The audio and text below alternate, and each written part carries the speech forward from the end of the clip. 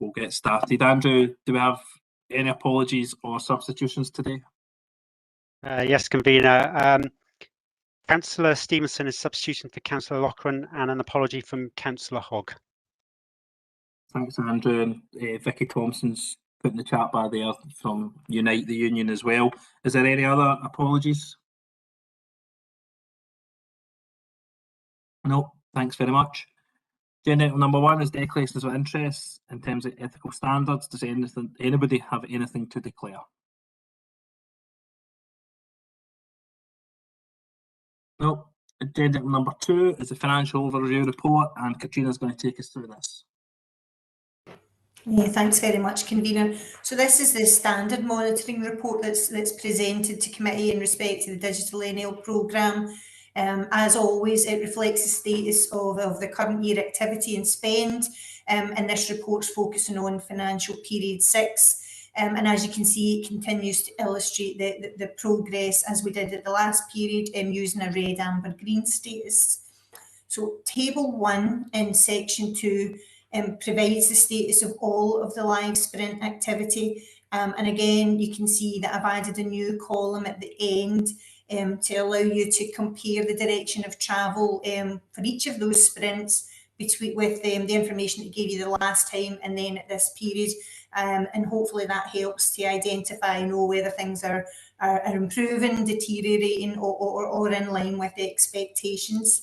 If I move now to paragraph 2.1.2, of those sprints that are detailed in table 1, then just over half of them are going as planned, in line with expectations. 4 have become further challenging and some experiencing delays, and 2 have improved on the position since the last committee.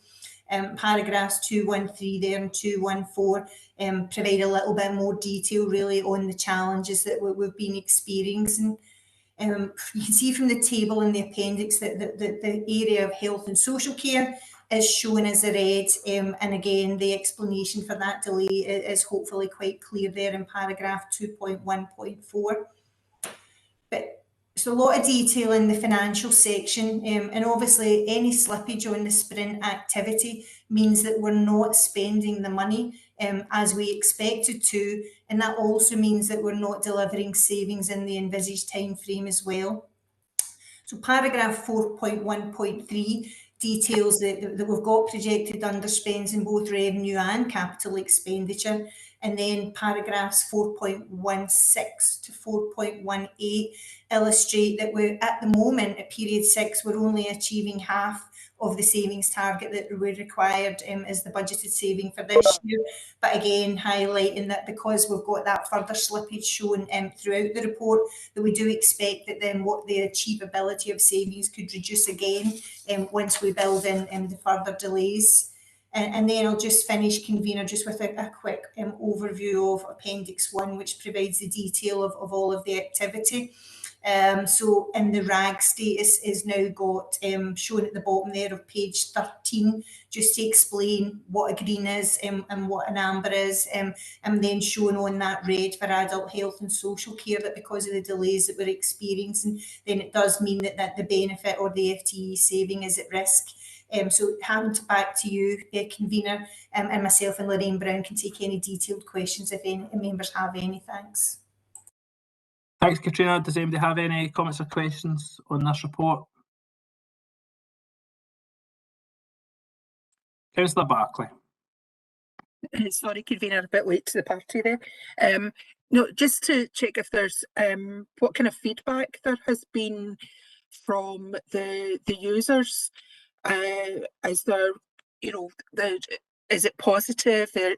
What's been acted on in the responses, and has there been any kind of negative feedback coming from the public, and has that kind of been taken on board? That's the kind of thing I'm looking for, Katrina. Thanks, Katrina. Yeah. So by users, you mean the public, Councillor Barclay, just so that, yeah, that's fine. So, well, obviously, the major area that we've got live online is waste, and it was problematic when we first went live, as you know, and obviously the timing and the pandemic and everything didn't help. And although we are getting good traffic starting to come through, as we showed at the last committee through the performance report, with more people signing up for online accounts, we were then still getting lots of people phoning in, and there was obviously those staffing issues in the customer services hub initially because we had made the FTE reduction. But that's been addressed, some extra temporary staff put in, and all seems to be going well. And from the feedback that we've had from some of the surveys that we have conducted through the community boards and Lynn's Driving Digital Locally, which is on later on, then yeah, it does seem to be fairly positive. I suppose at the moment the only thing that we're wary of is we don't want to promote our online activity too much, because we don't want to build up an expectation that you can do hundreds of things, housing repairs and all the stuff that this activity is working on, when we haven't actually got it all live yet. So yeah, a little bit of baby steps, but so far I don't think we would, it is reasonably positive, it is going well. Hopefully that helps. Thanks, Katrina. Councillor Lennon. Thanks very much, Chair. Councillor Bartley touched upon my point, so I'll withdraw my question. Thanks. Councillor Goldie. Just really to say, do we rigorously test our own systems or that? You know, going almost as a user and try and access systems? Or do we rely on feedback from the public when they can't access that? It's just to see what our actual processes are to make sure everything is fit for purpose. You know. Yeah, absolutely, Councillor Goldie. Certainly before everything goes live and before we put any upgrades through, then we absolutely do rigorous user acceptance testing. We try to break them ourselves just to make sure that the customers aren't experiencing any problems. But obviously sometimes those wee things do happen, particularly with the link between the MyGov accounts, which is obviously managed by the Improvement Service, and our own portal. Sometimes we get some wee glitches in there, and as soon as they get them notified to us, then we do take remedial action. Thanks, Katrina. Thanks, Billy. I don't see any comments further, so we can agree to the recommendations on page 5. Thank you. Agenda number 3 is the Community Benefit Update Report. And we'll have a presentation amongst this as well from Linda. Thank you, Convener. So, afternoon, members. I appreciate that you have a fully detailed report on the current status of community benefits realised within the digital programme as part of your papers today. However, I thought it would be helpful to bring some of the aspects to life to run alongside the report. So if you bear with me for a couple of minutes, I'm just going to share my screen. Andrew, could you help me drive as you did yesterday, just if I ask you questions, just to make sure that we're seeing the right screens, if that would be helpful. Thank you.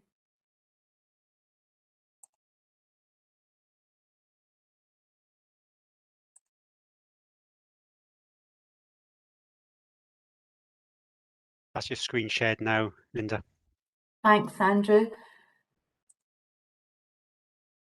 So, as members are aware, we have PwC as our transformation business partner and Agilysys as our system integration partner.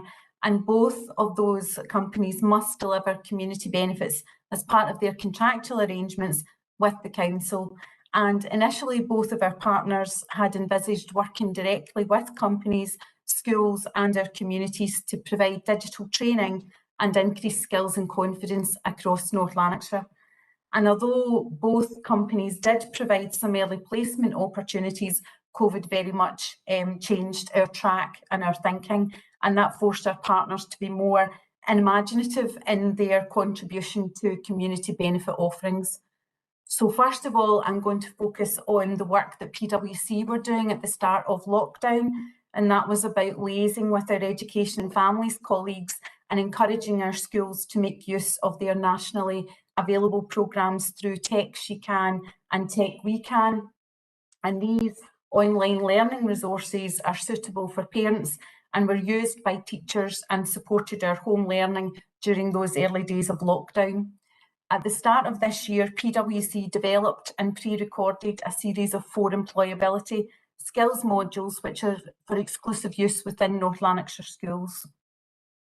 And these modules describe PwC's business objectives, career opportunities within the company, and then go on to advise young people how to prepare a CV, understand a job description, and demonstrate their personal skills and values at an interview. And the modules are presented in an engaging, friendly manner, and they present a real positive role model for our young people. I would say, though, that the modules are probably best suited to people in the senior phase that are looking to go on into further education. However, as you'll see from the slide here, Module 4 focuses very much on diversity and inclusion in the workplace and is suitable for younger pupils and those with mixed abilities. I'm now going to turn to the work that we've been doing with Agilisis, and the Council is now starting to see real tangible community benefits for our young people, businesses, and potentially our wider communities following the direct work we're doing with Agilisis. An early deliverable for them was sharing their own personal training library, and this was about professional training of more than 100 courses with special interest subjects and professional skills that have now been uploaded into LearnNL, which make them available for all of our staff and members to access freely. And if we were to commission such a piece of work, it would cost us in the region of £100,000. And we're also in discussion now to use the materials as part of the Driving Digital locally to identify the courses that are more generic, and we could then use to enhance local people's training and employability skills. And with this, we anticipate the relevant courses being widely available through the library's learning platform towards the end of this year. The next piece that we've been working with through Agilisis is the benefits around work in the data analysis field, and with the purchase of over 200 data analytics training licenses from the online training provider Avado. And this is about businesses learning the power of data and information held within their own business, learning how to create and visualise the trend information and to make better informed business decisions based on that data. And that's much like we're trying to do within the Council as part of our Business Intelligence Hub, but this is on a smaller scale for small to medium-sized enterprises. These courses have been piloted across 22 local businesses and third sector organisations, and we've had 28 participants complete the training. This has provided valuable feedback to us about the relevance and how best to market the training across the SME sector. The next rollout is planned for January, and there's also discussion underway with New College Lanarkshire to provide a number of licences to applicants who were unsuccessful in securing a college place this year. And this is about targeting the applicants from North Lanarkshire's most deprived communities and those who are already interested in a career in data analytics, business or marketing. And again, the courses will provide young people with relevant experience and a skill to add to their personal statement, CV or future applications for work. However, the biggest focus for today in the showcase is to demonstrate the 4 interactive playbooks that Agilisis have designed for use in our schools. These are targeted at those aged 14 and up, and the modules support young people in considering their choices when leaving school and their potential career paths. You'll see shortly that the materials are presented in an engaging and interactive format, and they include personal activities, video clips, reflective exercises and guidance in practical tasks, such as writing their personal statement, preparing a CV, or demonstrating competency skills at interview. I'm just going to go into the last one at the moment, Get That Job, where Andrew, we're hopefully going to have on the screen a young chap that we met yesterday. It's not coming up yet, Linda. Oh dear.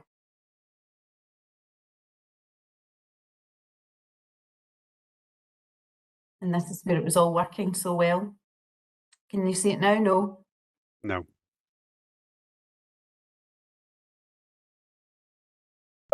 Now, so to follow through, and then Andrew will share the presentation with you at the end, where you'll begin to see the level of detail and you'll be able to use it for yourselves. I was also wanting to show you that contained within the presentation are a number of video clips. So I'm just going to try and see if we can go back into the world of work and see if we can catch up with Bethany the way that we did yesterday. Let's see if we can get Bethany on the screen.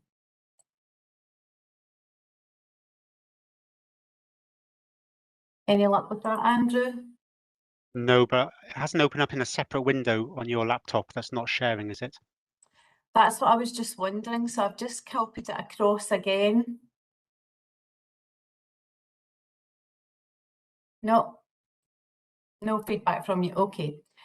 So unfortunately, members, I'm not going to continue to mess around with the presentation.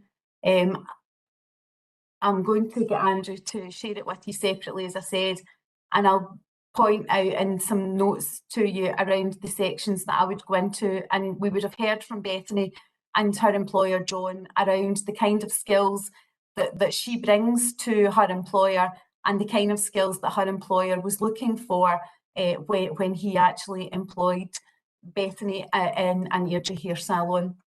So I'll not dwell too much on that, and I'll just kind of take you back to the main presentation. Is that back to the presentation, Andrew? No, yes. Okay. So one of the things that I would like to say is that the 4 modules that you will see as part of the presentation when Andrew shares it with you is that these were created in partnership with our partners and our key employability projects, and they are suitable in the senior phase, but also with all students. And I'd like to take an opportunity to thank all of the partners who participated in putting the training materials together. But I think, members, when you see the materials for yourself, these are materials that can be shared wider in the community for young people to help them on their career path, because, as I say, they're full of really helpful hints and tips. I'd just like to highlight the last step in the Agilysys community benefit journey, and that's to provide 5 10-week placements for New College Lanarkshire students who are completing an HND in computing, cybersecurity, computer software or web design. And we had a really successful showcase event on the 26th of October, which was attended by 45 students from the college. Agilysys Chief Executive led the team in describing all of the placement topics, while the staff outlined the value of each of them and how they will contribute directly to the students' graded units and, of course, their outcomes. And one of the things I would say, having participated in the event, there were a lot of really useful hints and tips at that session for young people as well, particularly around the use of LinkedIn, the use of their social media, and some of the pitfalls to be aware of when they're applying for jobs and so on, and the kind of insight that organisations now use, using your social media accounts to look to see what kind of person they potentially might be employing. So we now have a total of 15 students who have applied for the courses and will be chosen through a competitive selection process. This itself will provide valuable experience for our young people, with an assessment centre to test teamwork, communication and problem-solving skills being run tomorrow and again at the start of next week. Interviews will be held on the 1st and 2nd of December, with the successful candidates being notified by the 17th of December and taking up their placements on the 24th of January. Agilysys very much see this relationship with New College Lanarkshire as a long-term partnership and have advised that paid internship opportunities may be available over the summer of next year to the placement students who show promise, enthusiasm and demonstrate their company values. And with that in mind, there will be a final outcome report for community benefits at the next Transformation and Digitisation Committee on the 23rd of February. And at that, I'll hand back to you, convener, and stop sharing. Thanks for that, Linda. Councillor Lennon. Yeah, thanks very much. Extremely positive report. I'm sure colleagues would agree. I think that it's very exciting to see this level of detail and work taking place in the authority, especially for our young people. There's only one kind of question I have within this, is obviously the employability pathway support in this, Chair. I'm curious to see if we're doing anything further obviously encourage employment opportunities within that sector. Thanks, Councillor Lane. It was a wee bit jittery there, but we got the gist of it, I think, Linda. So, Convener, I think what I was hearing from Councillor Lennon was he was wanting to know about the pathways and our continued engagement with our employability partners, which absolutely is critical to moving this forward and will continue long after this piece of work concludes. Katrina's just put her hand up as well. Oh, Katrina. Yeah, just to add a little bit more onto that then, Convener. So we've got the Digital Skills and Inclusion Working Group, which we've referenced several times previously to committee, and the terms of reference of the group have recently been reviewed, and we're moving towards kind of 3 work streams now, and specifically focusing on those employability paths and digital skills action plans, and how we can use those pathways that are already established, particularly in the pilot schools at the moment for the HNCs, moving into HNDs and degrees in cyber security. So it is all being joined up, but obviously it's still early days. Thanks. Thanks, Katrina. Councillor Cameron. Thank you, Convener. Yeah, I just kind of had one question, and I'm sorry I came in late. It might have been covered earlier on or be in the presentation that we're going to get given out to us. It's in regards, the discussion was about young people doing their HNCs and HNDs, and that's very important. But an increasing number of mature students are attending our local colleges to do these sorts of courses. So I was wondering how that was how that's been taken into account going forward, especially as if you're talking about doing a limited number of places on.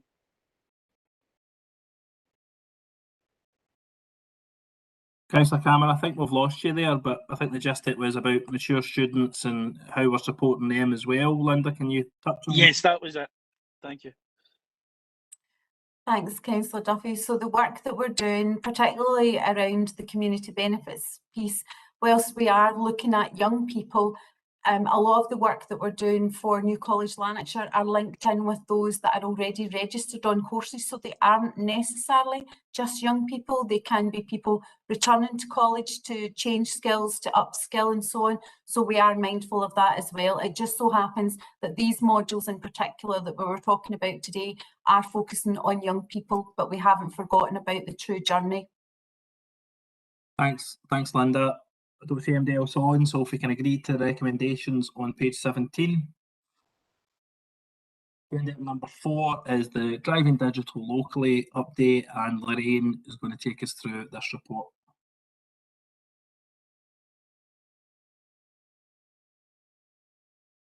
Hi, Convener. Lynn Gow's actually going to talk to this report, if that's okay. Absolutely. Lynn? Yep, thanks very much, Convener. Good afternoon, everyone. For those of you who don't know me, my name's Lynn Gow. I'm the Communication and Engagement Lead for the Digital NL project, and I'm going to take you through the Driving Digital Locally report today. This report is an update of the Driving Digital Locally framework. It targets our key stakeholders, our elected members and our staff. And I really just want to highlight today from the report the work that's been done around our digital subgroup, engagement with elected members, and the work that's been done to help support our older residents in retirement complexes to get online. So if we can just have a wee look at section 2 of the report, it's paragraph 2.1 to 2.6, which we talk about, where I talk about the digital subgroup. So following a presentation to the 9 community board areas back in February, and then a subsequent report, a subsequent update to them in August, a request was made for volunteers to join our digital subgroup. The group are now up and running. We have met 3 times and it's going really, really well.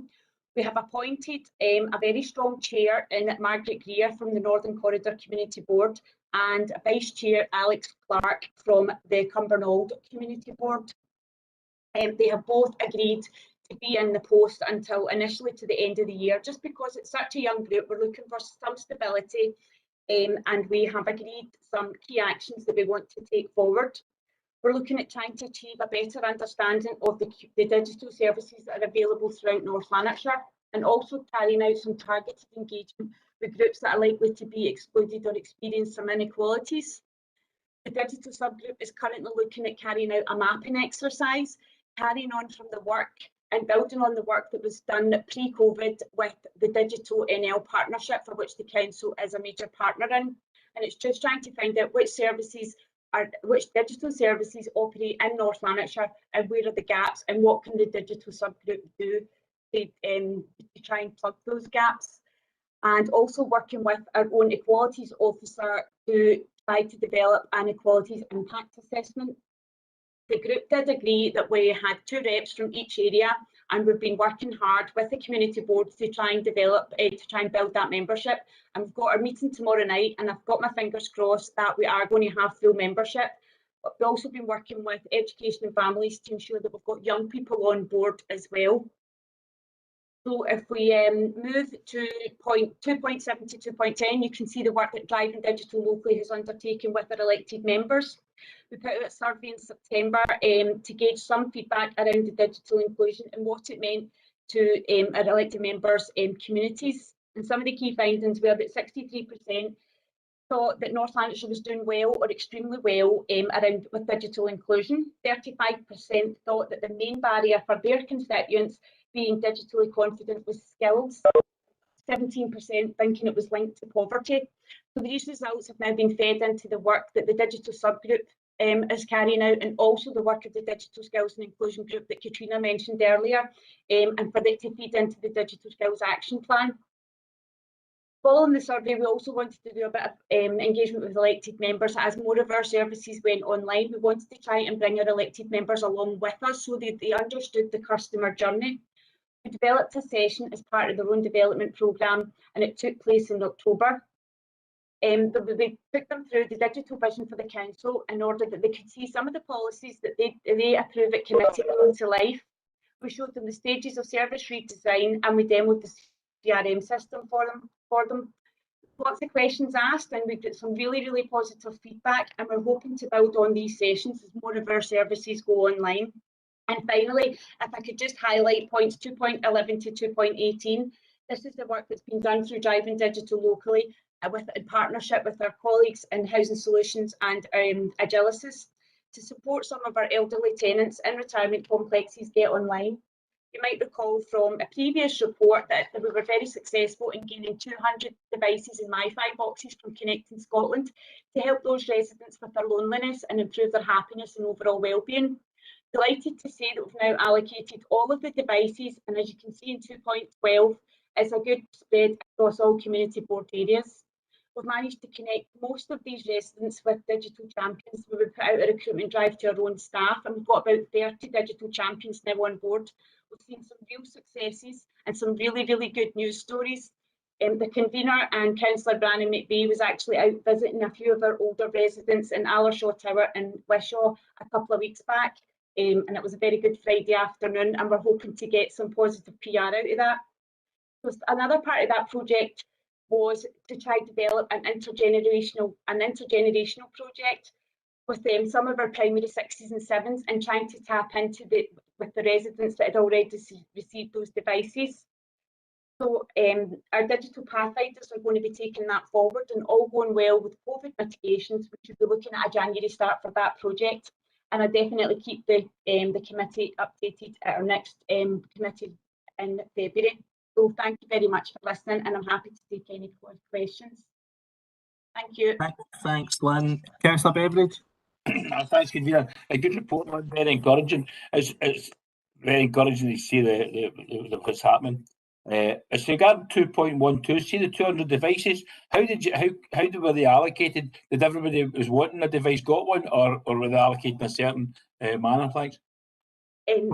Thanks very much, Councillor Beveridge. What we did was we went out to our retirement complexes across the area, and we've done it through the retirement officers that are in each of the complexes, and we did a presentation to them. So they then went and spoke to their residents, and anybody that wanted one got one. So no one was let down. We have had 200 people saying that they wanted them, so they all got one. Great, thanks, Lynn. So just come back 1 minute, 1 second, convener. Yes, I was aware of the input that you gave to some of the retirement complexes. First class, very well received, and I'm happy to hear that everybody wanted one got one. Thanks, convener. Thanks, Councillor Lennon. Chair, thanks very much. Again, another positive report, but it's just a quick question that I have for Lynn in relation to, I think it's 2.7 for elected members. How many elected members took part in that consultation process? And in addition to that, was it opened up to MPs and MSPs? Because I find it quite staggering that it was only 17% that said that poverty was a significant factor.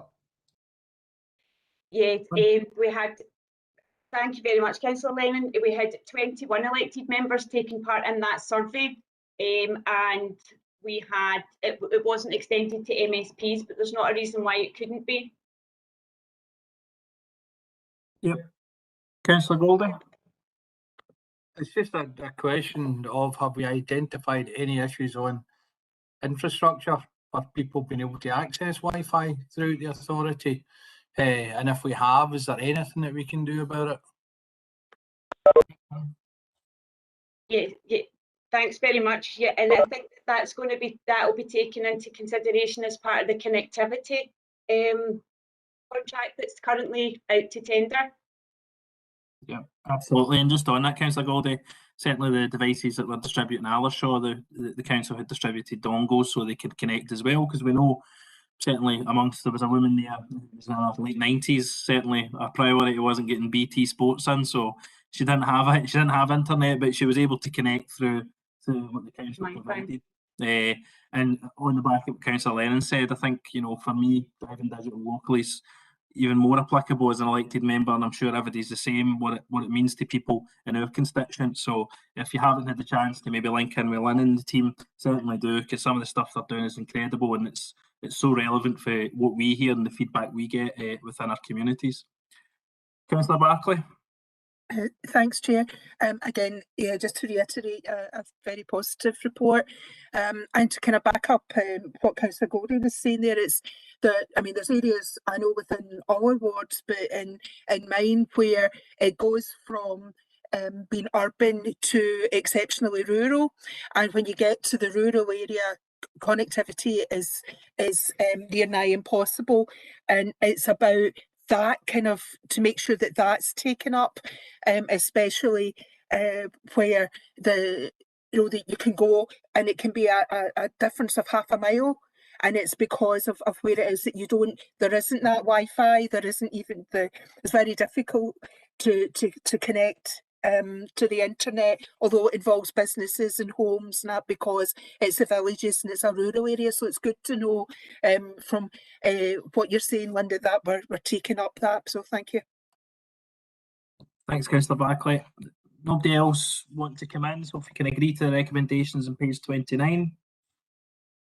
Thanks. Agenda item number 5, the Data and Information Management Roadmap, and Susan Cloak's going to take us through this. Thank you, Convener. For those of you who don't know me, I'm Susan Cloak, and I'm the Data Intelligence Manager in Business Solutions, and I lead on the delivery of the Business Intelligence Hub and also support the Data Governance Board around the delivery of the roadmap. So I suppose the purpose of the report is to provide you with an update in relation to the actions that are being progressed through the roadmap since the last report to the committee. Section 1 of the report provides the background to the development of the roadmap, and in paragraph 1.2 it outlines our work with PwC to undertake our data maturity assessment, and it stresses the importance to the Council of embedding new ways of working and behaviour that allows us to recognise data as a truly corporate asset to be used across the organisation effectively to inform our decision making. Paragraph 1.3 of the report outlines the role of the Data Intelligence team in Business Solutions to support this delivery.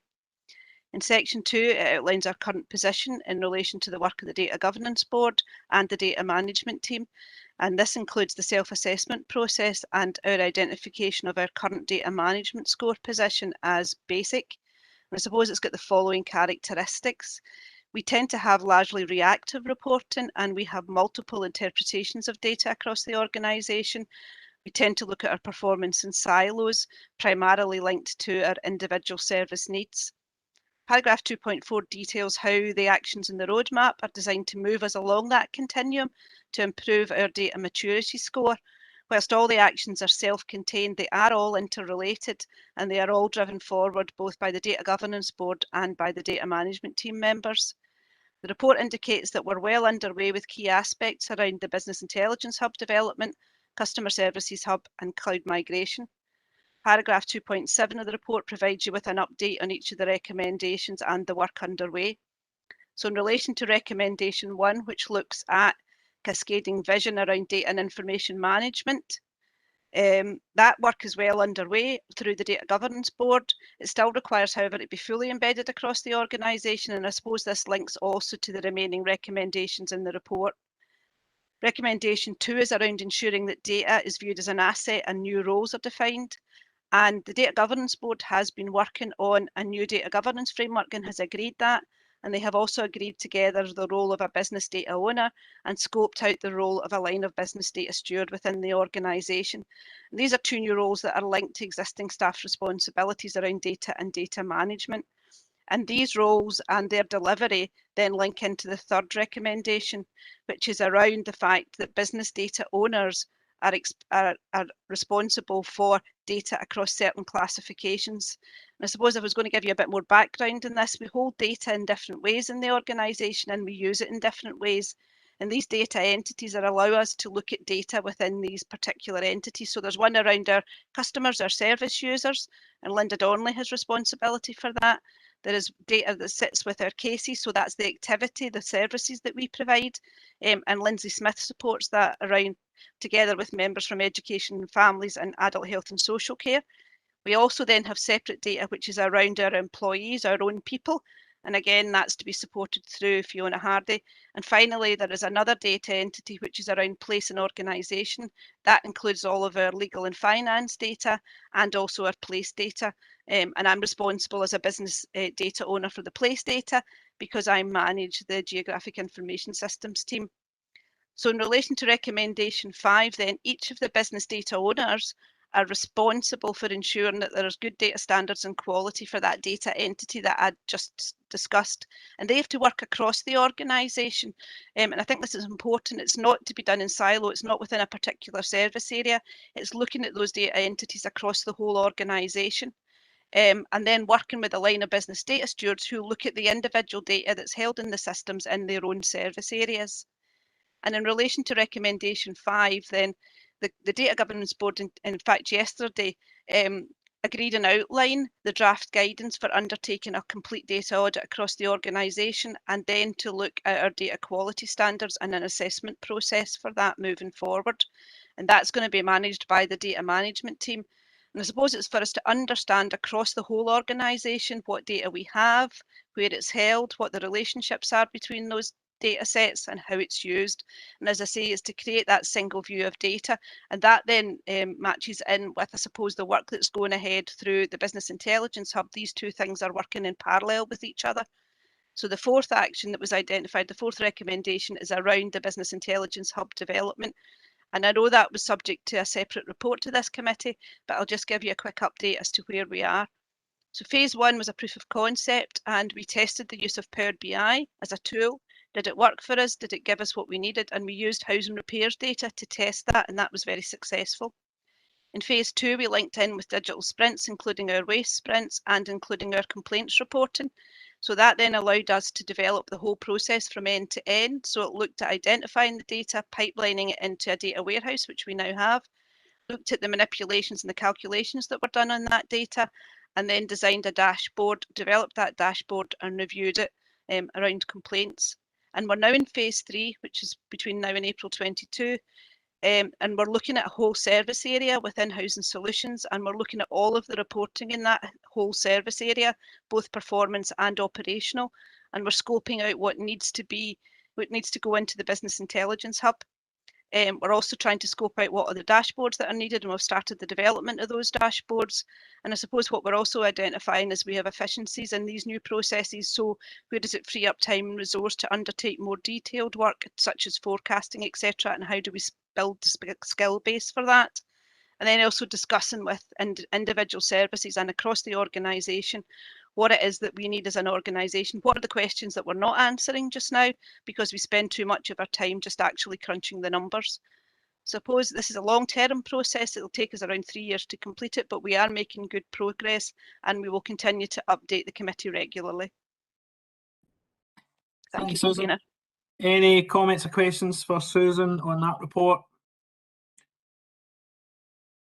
Nope. No, I know it's a heavy piece of reading, and certainly well done to Susan. So thanks to Susan and the team, because it is really a critical bit of work that you do. So thanks again. If we can agree to the recommendation on page 37. Thanks. Agenda item number 6 is the risk management. And Linda, are you taking us through this with Susan? Do you want to do it jointly? I am indeed. I'm just going to start off, Convener, and then I'm going to hand over to Susan for the detail. So members will recall that the risk management report was discussed at the Transformation and Digitisation Committee meeting in November last year, so this time last year, and that highlighted the risk arrangements in place for the digital transformation programme at that time. There were also a number of next steps that were contained within that report for developing the annual review process. And I'm going to hand over to Susan, who guided the risk management group through this year's review programme and has been instrumental in preparing today's report. So I would just like to hand over to Susan to take us into a deeper dive of the report, Convener. Okay.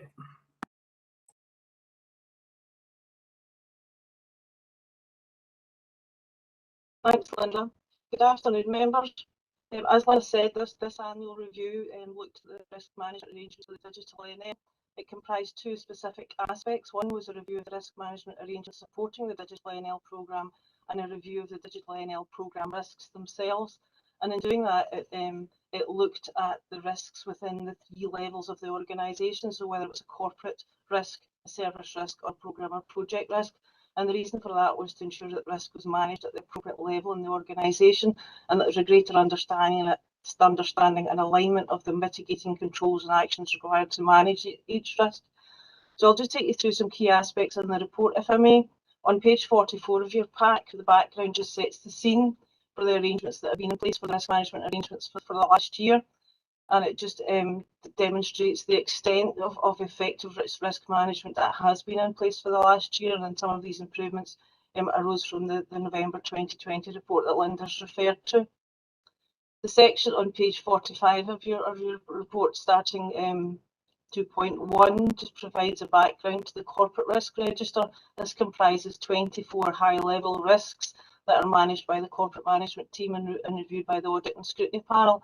And within the corporate risk register, there are 3 risks which are aligned to the digital ANL programme and for which the head of business solutions is the risk owner. And that's in the table 1 on page 45 in paragraph 2.2. So you'll see that that's information security and information governance, ICT operational capability, and the digital and IT strategy. The residual risk rating is there along with the RAG status. So the red RAG status, and hopefully you've got a colour copy, is for where the residual risk rating is between 15 and 25. Amber ratings are where the score is between 8 and 12, and any green ratings are where the score is under 6. Where a red RAG status, a high risk is identified, the review frequency is quarterly, and where there's an amber risk, the review frequency is 6 monthly. And the table there just gives you an idea of how regularly these corporate risks are reviewed, the most recent being the ICT operational capability, which was last reviewed last month. So paragraph 2.5 just takes you into a slightly deeper dive into those 3 risks. That provides a greater description of what the risk entails and the context within the digital NL environment, and the latest review position in terms of each of the 3 risks. In terms of information security and information governance, the last review was reported to the corporate management team in September 2021, and the mitigating actions in place to manage that risk actually took it down from a score of 20 to 16. The next one, the operational capability, the current review status is it was actually at a corporate management team last week, and it's scheduled to go to the audit and scrutiny panel next month.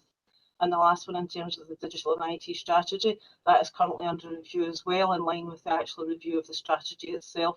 So all 3 of the risks in terms of the corporate risk register are on a regular programme of review, and the mitigating controls and actions are regularly reviewed and updated by the Business Solutions Management team.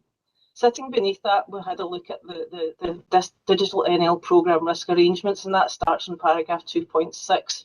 And this was a mini self-evaluation exercise aligned to the Council's strategic self-evaluation framework, which itself aligns to the best value requirements which the Council's legally required to comply with. So paragraph 2.8 identified the 3 statements that were assessed in terms of the arrangements.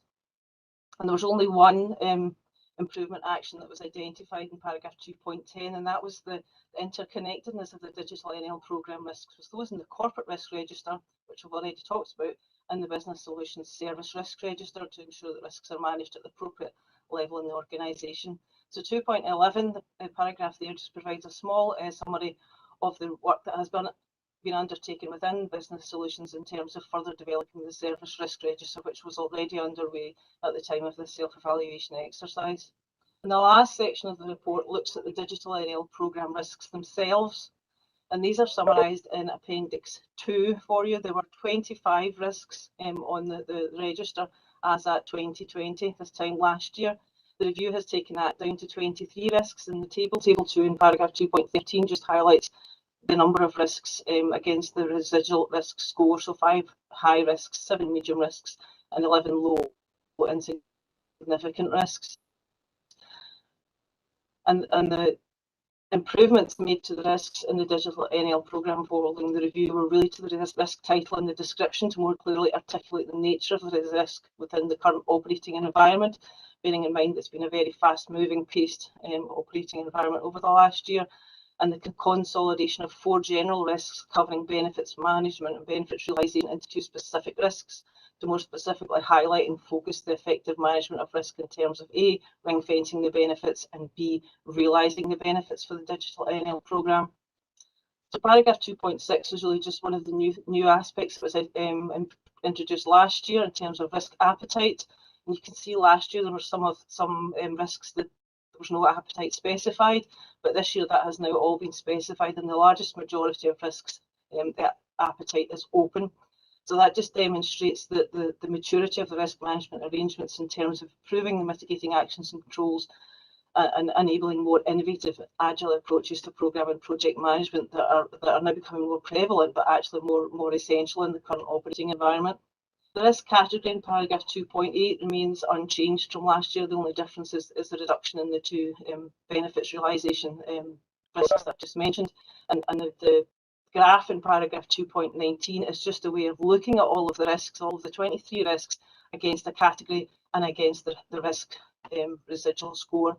So, for example, you can see straight away that the category with the highest risks is actually financial and benefits realisation. There are also high risks in cultural change, resources, and partners and suppliers. On the other end of the spectrum, the categories with the least or the lowest and insignificant risks is actually governance and leadership and communication and engagement. And finally, in paragraph 2.20, one of the improvement actions identified last year was the application of risk trends, and that is highlighted in Appendix 2. And if I just take you to Appendix 2, which is page 54 of your pack, you can see all 23 of the Digital NL risks with the residual risks rating, which is the rating after the mitigating actions and controls have been implemented, along with the trend, which is last year compared to this year, and the category and the appetite. Appendix 1 in your pack is really just a high-level summary, a synopsis on a page of the self-evaluation exercise that was undertaken with the Digital NL Programme and the findings that came out of that. So I wasn't planning on going into anything in more detail, but I'm happy to answer any questions if I can, and I'll hand back to the convener if I may for the recommendations. Thanks, Susan. Does anybody have any comments or questions for Susan? No. Thanks again, Susan. And if we can agree to the recommendations on page 44. Thank you. Agenda number 7 is the ICT service delivery recommendation, and Katina and Grant are going to take us through this. Yeah, thanks again, convener. So the report that's being considered today presents various options around the future delivery of the ICT services which we currently have outsourced to Wipro. And members will remember that we've had elements of our IT support outsourced for many years with organisations like Northgate and Steria having preceded our current Wipro service delivery partner. So again, just a little bit of context, the current Wipro contract commenced in 2017-18. That was on the basis of a 3-year fixed contract. And then we had opportunity to extend that at our discretion for 2 years plus a further 2 years. So we're currently within that first initial 2-year extension. And also had the paper that presented earlier on in the year. And this paper is examining whether that final 2-year extension actually meets the council in moving forward on its delivery plans. So we've got Grant and also Emma on the call today, our operations manager. So I'm going to hand to Grant just to talk you through some of the detail around those options, and then we'll all be here, convener, to answer any questions that elected members might have. Okay, I'll just come in there then. So I think Katrina's covered off the executive summary part there. So if you just jump into around about 1.3, we're giving you some background information on the value of the current contract over the last 2 years, 1.621, 1.597 million. The paper in the 17th of May 2021, it set out sort of key changes that we saw in the organisation over the last few years, and also we tried to outline how this reflected the vision and the plan for North Lanarkshire, with the ultimate kind of conclusion that the existing contract was no longer fit for purpose. So from that, we then took this evaluation out. In 1.8, we tell you that the current contract is performance-based rather than resource-specific. So what does that mean? It means that we don't necessarily have to know exactly how many staff Wipro have employed in delivering it, but what we do understand is that the current structure of the delivery team constitutes 26 directly employed Wipro employees, with 7 external staff who perform a service desk analyst role. There is an exit management plan that is in place and maintained by them, and we review that on an annual basis. In 1.12, we point out that due to the financial concerns that we've been hearing from Wipro over the last few years about the actual profitability of the contract, we expected there to be significant financial pressures on this, and so we have arranged through the medium-term financial plan through 22-23 out to 26-27 for an extra £500,000 to be applied to the budget, giving us an annual revenue of 2.1 million. So that's the kind of the baseline per annum that we're then looking at moving on. And in 1.13, we're just reminding everybody that we are including here for the North Lanarkshire Leisure, coming back in. Culture NL previously took the services from the council as was. So into the body of the report in section 2, option A, all we really do in option A is say this is a baseline. It's a baseline on the as is and what the offering of that would look like just now. But we've already discounted that in the previous report back in May. Option B looks to do a reduced managed service, and it looks to retain any of those managed service components via onshore UK-based delivery. Option C is pretty much identical to option B, however, it looks to do the remaining managed service piece via offshore delivery. And option D is fully insourcing everything back in. If you look at 2.2, outlining there that option B would insource 17 roles back into the organisation. 2.2.1 gives you a very high level approximate cost for this. We reckon that's around about 4.77 million over the course of the 2 years. And then down in 2.2.5, we're basically saying that in summary, this option is not only the most expensive option, we think there's quite a bit of significant financial risk to it, and overall does not align well with the council's future strategic direction. Option C As we've said, very similar. 17 roles would again be insourced. 232 gives you that the ongoing costs would be 3.92 million. So you can see there's quite a substantial difference there from the onshoring and offshoring for the remaining Wipro resource that's involved in there. Overall, however, in 237, this is a cheaper option than B. It's obviously potentially reputational damaging. We think there is a higher risk factor in there, basically because we are then having to go through a whole business change where those resources that were onshore now are offshore. So there's a whole element of risk there on how they gain an understanding of our environment, etc., etc. And clearly the alignment with direction of the council, we did not think it was particularly good either. Option D tells you that there is 23 Wipro employees that are eligible for 2P. There is 3 of the 7 service desk analysts that would also be eligible for 2P, as we understand it just now. However, we point out that those remaining 7 other roles that are not eligible for 2P are roles that are required to deliver the overarching solution just now. So for us, would have to be recruited. Within 243, highlighting the cost for the next 2 years of that option D, again estimated at circa 3.791 million. And in summary, this is the option is the highest alignment with the Council's future strategic direction. It is also the most cost effective according to the calculations that we've done.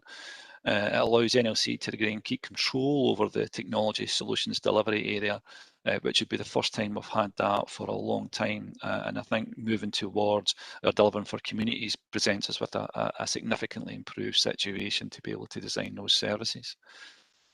You then have the conclusion, which obviously recommends option D, but if we scroll on a wee bit further from that, you'll find in the remaining area a wee bit more detailed analysis on the financials. For some background, 414, we're telling you that those calculations have all been done based upon 2P across at the top of the relevant NLC scale, including employers' pension, NI, apprenticeship levies, etc., etc. All employee-related costs, however, are based upon the Wipro figures that are supplied, and those figures are supplied in a non-identifiable manner. And by the letter of the law, they are not required to give us that information until 28 working days due to expiry of the existing contract. Now, clearly, that would be very, very difficult for everybody concerned, and particularly unsettling for the individuals concerned. So we are trying to convince them to give us this information that's identifiable and allow us to have those conversations as early as possible following this meeting, assuming that the approval is granted. But ultimately, we are held to the letter of the law of that 28 working days. In 416, we point out that it's not just us that's having to deal with this here, so legal and POD would be involved, and we have reached out to our heads of service in those areas who have agreed to endeavour to support us in this. And I think then if we go down to about 451, the last thing I was aiming to see here was that this was quite a big change. It would be folly to imagine that we would do it without having any disruption. And although we will look to minimise disruption, it obviously cannot be ruled out. And pragmatically, I think we would expect some impact on traditional SLAs that we would deliver out there, but obviously we'd look to minimise them as much as possible. The remainder of the document has your SWOT analysis, the overall options appraisal and risk assessments in there for yourself to be able to read through. And that was my quick run through of that. Back to yourself, Convener. Thanks, Grant. Councillor Cameron. Thank you, Convener. As you can imagine, I have several questions on this item. I'll start with the well, maybe the easiest and the hardest one. Is there any any sort of what do you call it, contract, anything in the contract that prevents Wipro from just walking away that we can invoke to get cooperation on the items we're looking at, if we're willing to let them walk? The other question I had is regarding a couple of questions I had is regarding option D. Now it said that the very first risk raises something I was quite concerned about when I initially heard about this. It says there's no Unix skills within NLC Council at all, and that we're maybe going to have to look at a third party to provide assistance in this matter. Has the financial, when we're looking at the financial impact, has that been considered? Have we spoken to Andy? Even get a rough costing for that? Because Unix skills is not something you pick up overnight. And the other question I had is actually regarding the two paid staff and equipment and everything we're going to have to deal with. I presume discussions has been had with what's the right name for the department? It's not, is it facilities management? The people that our department that actually looks after the buildings, because the council has been looking to divest itself of buildings, etc. Have we spoken to them to make sure we have suitable premises to take on these staff and take on hold the necessary equipment? But those are my three questions. Thank you. Yeah, I can come back to you on them. So we have a clause within the contract called Termination Assistance, which we will be looking to invoke with them. It actually runs on for 6 months beyond the end of the contract. So that would take us up to September next year, where they, within the laws of the contract, are there to help us do that termination assistance. So it can extend beyond the end of March, although that's a formal contract, then we would expect to then engage with them and running down some other things after that. In terms of Unix skills, yeah, that is is a bit of a niche area for us. What we have been doing is over the last number of years, we have been reducing our reliance upon Unix-based systems. If we look at things like the housing system and the MySwiss system, the two of the biggest systems that we fall into that category, both of those are part of the Digital NL sprints, where we're actually getting close to going out to market looking for replacement systems for these, and they would be shifting to cloud-based systems that we would not be performing that day-to-day management on.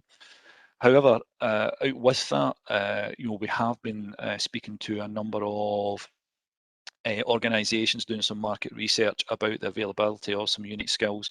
We feel there's sufficient overhead within the budgetary, that 2.1 million each year, that would allow us to be able to deal with this. But that there is some unknowns that sit in there. There is Unix capability that sits within the Wipro team, but there is no guarantee that Unix a resource would wish to pay across to the council. So there's unknowns in there. We feel we've got the time and we feel we've got the budget to be able to deal with them, but the longer term strategy is that moves away from that Unix environment, and probably within 3 to 4 years we would expect that to be almost completely gone in total. In terms of staffing, yeah, we spoke to our colleagues about that.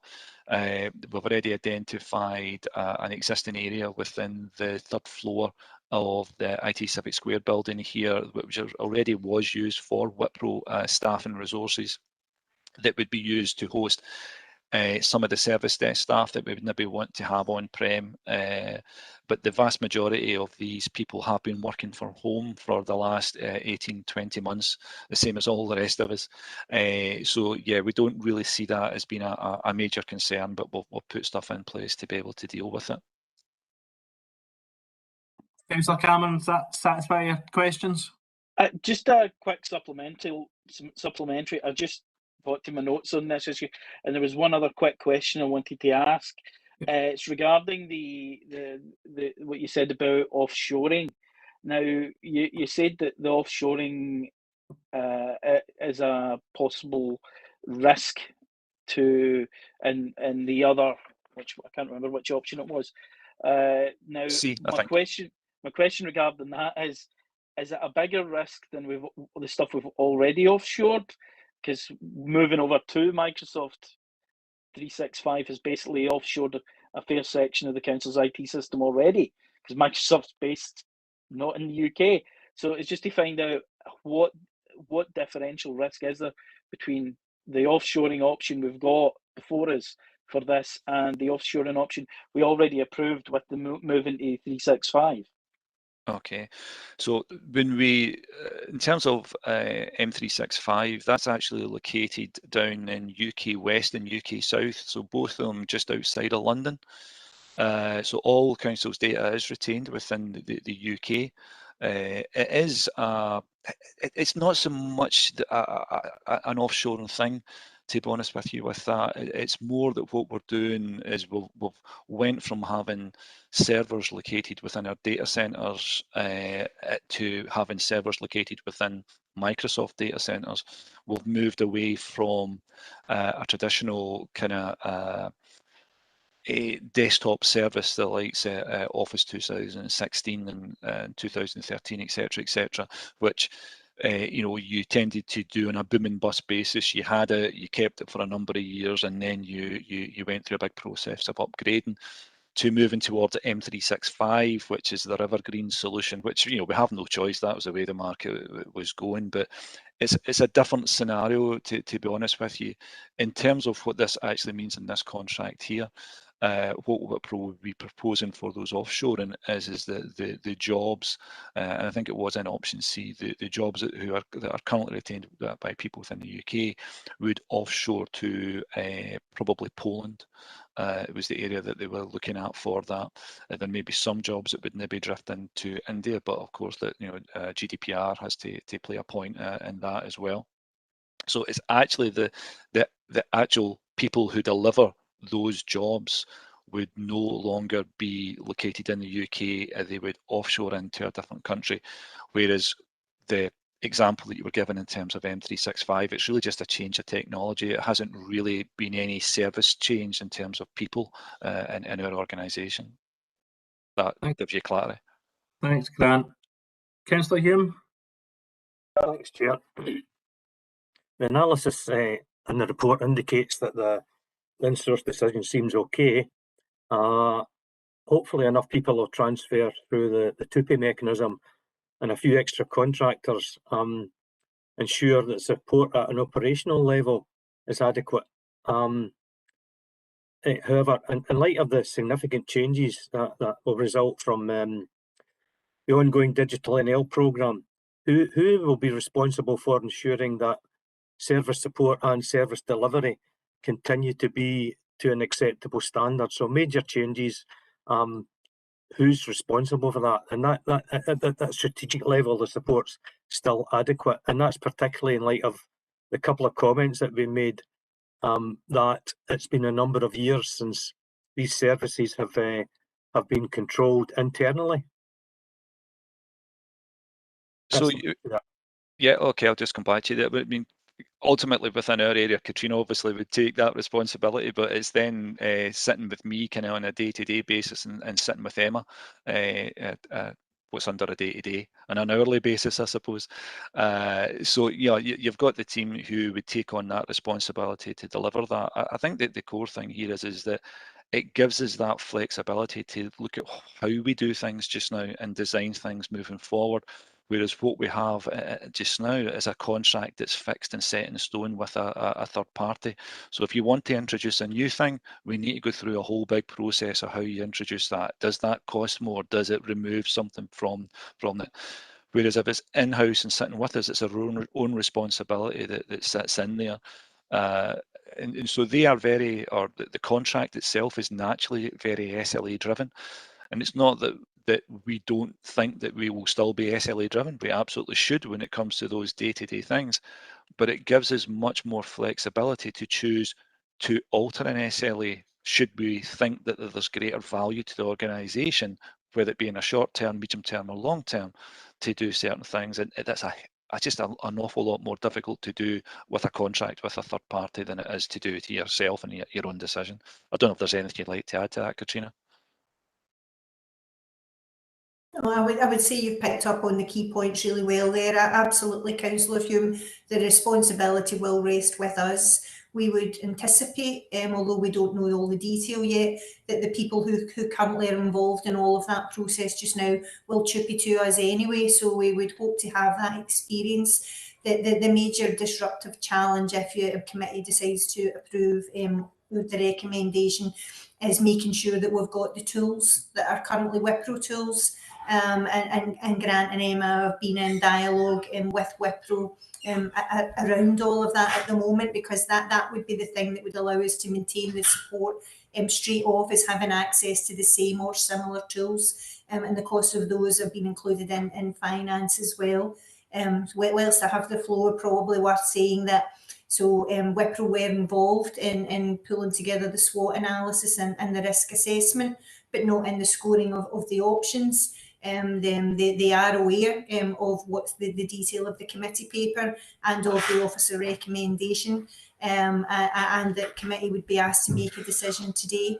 But again, like that, like us, they are very keen just to progress with this, depending on the outcome of today. But I do think that we've been working on this for quite some time, with Grant having previously brought all of the technical detail in May. And yeah, it'd just be really good to be able to get moving forward. So I think we have thought of every eventuality, but of course there's uncertainties in there, since we don't know all of the individuals at this stage. Thanks. Chair, could have a quick supplementary, very brief. And like, I'm quite happy with the responses to that in terms of strategic progress going forward. And it was mentioned that we might need to introduce new or amend current SLAs. Do the officers plan any mechanism to report back if this is brought in-house, performance and changes going on in the future? And have you thought of that, and which committee would it be likely to go to if you intend to do it? Yep, Katrina. Yeah, absolutely, Councillor Hume. So you'll remember that we brought our detailed performance reporting through committee a couple of times, and there certainly is that annual update here, as well as the information that goes through audit and scrutiny panel. So there are already some indicators around the Wipro SLAs in there. So we would naturally, if we were making any variation to that, as part of a routine performance monitoring report on that detail. So it absolutely would come to this committee, but obviously the audit scrutiny panel's got that wider overview of all performance monitoring. So there would be an element we go through there as well. Thank you, Chair. Councillor Barclay. Okay, thanks, Chair. A really good detailed report there. Thanks very much for that. And I think it is, my colleagues have already said, I think the option outlined is really is the best one. I just have kind of three questions here, which may go to four. So sorry, just if you can indulge me. Is there goodwill with Wipro over the transfer? And do you think that although the 28 days is the legal definition, that they actually will provide that information earlier to us in order for it to be a much smoother transition? And if they don't, is that going to cause issues or problems with there being an abrupt break rather than kind of a much smoother transition? How much information do you have about the current staff that are working for Wipro? Are they all content to be tupied over? Do you have any information on that? Or is there a possibility that when the staff are to come over, could there be gaps that again could be a risk in the short term, maybe short to medium term? And also that because this is a fundamental change and TUPE being involved, is to ensure that there is meaningful dialogue with the unions on this one. Can you confirm that for me? Thank you. Okay, I'll come back in there. So in terms of goodwill, well, it's taken us a long time to get to this point, to be honest with you. You know, it took us until we started dialogue in March with them about these options. We ended up with the paper coming in May. We'd hoped that the paper in May would actually be a more detailed paper. It took until I think it was late August before we actually got costed options back through from them. So it's been a really long process to get to this particular point. I would say, however, that we have maintained good working day-to-day relations with them, and you know, I've got a call on Friday with them to go through the contents of the paper and actually look at some of the financials with them, because we can. So we do our best to try and keep that open. like all companies, they're aware that, you know, things are cyclic. You know, there's other opportunities that will come up. They don't want to cut their nose off to spite their face. Of course, they're not happy. Right? You know, why would they be? But it's cordial just now. To go on to your second point, there's absolutely no guarantee that they will give us that information early. They have actually given us much more information than we could expect of them to this point just now, and that's allowed us to give much more detailed information in this report. And of course, there's further detail in the back there that, you know, that isn't included. So we're in a better place than we've previously been with this. It really depends. You know, if that 28-day card ends up being applied, then yeah, that is going to be problematic. There is no two ways around about it. But the dialogue we've had with them, we have been very keen to remind them that this is individuals that we're talking about here. You know, that they have their lives, they're causing concern to these people, and the response back has always been the exact same from them. So I would be hopeful that they will look to share this detailed information with us and start the 2-pay process earlier, but I can't promise you anything because ultimately the law is the law with it.